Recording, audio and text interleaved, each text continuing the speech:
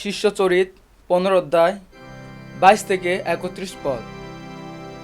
মহাসভার শেষে প্রেরিত দূতেরা ও প্রবীণেরা স্থির করলেন যে নিজেদের মধ্য থেকে কয়েকজনকে বেছে নিয়ে পল ও বার্নাবাসের সঙ্গে তাদের আন্তিওকে পাঠিয়ে দেওয়া হবে। এই সিদ্ধান্তের জেরুসালেমের সমগ্র মণ্ডলী সম্মতি ছিল। যাদের মনোনীত করা হলো তারা হলেন সেই জুদা, বার্নাবাসের নামে যিনি পরিচিত, এবং সিলাস। তারা দুজনেরই ধর্মভাইদের মধ্যে নেতৃস্থানীয় ব্যক্তি ছিলেন। তাদের হাত দিয়ে এ পত্র পাঠানো হলো।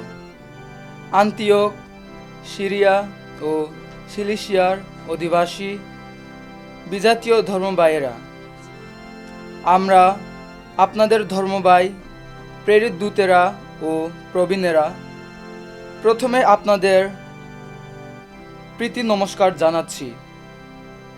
আমরা খবর পেয়েছি যে আমাদের কাছ থেকে কোনো নির্দেশ না পেয়েও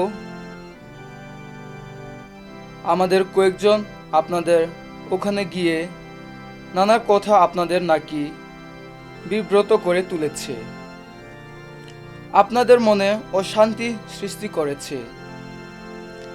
সেজন্যে আমরা সকল একমত হয়ে স্থির করেছি যে আমাদের প্রভু যীশু খ্রিস্টের নাম প্রচারের জন্যে যারা নিজেদের জীবন পণ করেছেন, আমাদের সেই প্রিয়তম বার্নাবাস ও পলের সঙ্গে আমরা মনোনীত কয়েকজনকেও আপনাদের কাছে পাঠিয়ে দেব।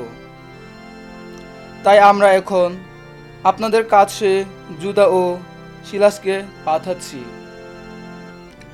এখানে আমরা যা লিখছি এরা নিজেরা সেই একই কথা আপনাদের জানিয়ে দেবেন।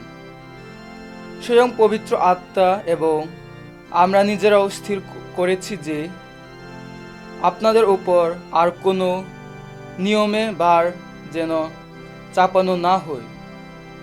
শুধু এই কয়েকটি অবশ্যই পালনীয় নিয়ম ছাড়া আপনারা দেবমূর্তি কাছে উৎসর্গ করা কোনো খাদ্য যেন গ্রহণ করবেন না, এবং কোনো রক্ত বা গলা টিপের মারা কোনো পশুর মাংস যেন মুখে দেবেন না। তাছাড়া ব্যভিচার থেকে আপনারা দূরেই থাকবেন।